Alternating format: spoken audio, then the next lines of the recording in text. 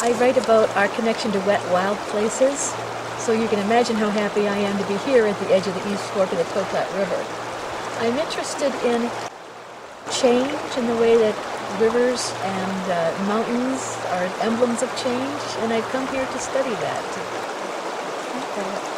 I've written a number of books with personal essays about our relationship to rivers and islands and the edge of the sea. But my most recent work is called Moral Ground, Ethical Action for a Planet in Peril. And that's a collection of essays by the world's moral leaders. We decided that given the state of the world, given the changes that are happening in terms of climate and loss of species and toxicity, that we really needed to engage our moral obligations to the planet. When we think about our obligation to the planet, there's lots of different ways you can think about it. One is to think of our obligation to other people.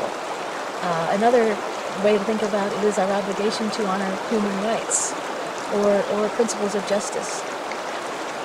But what I think most of all is that if we don't respect the world and if we are engaged in this great going out of business sale, that's a failure of reverence.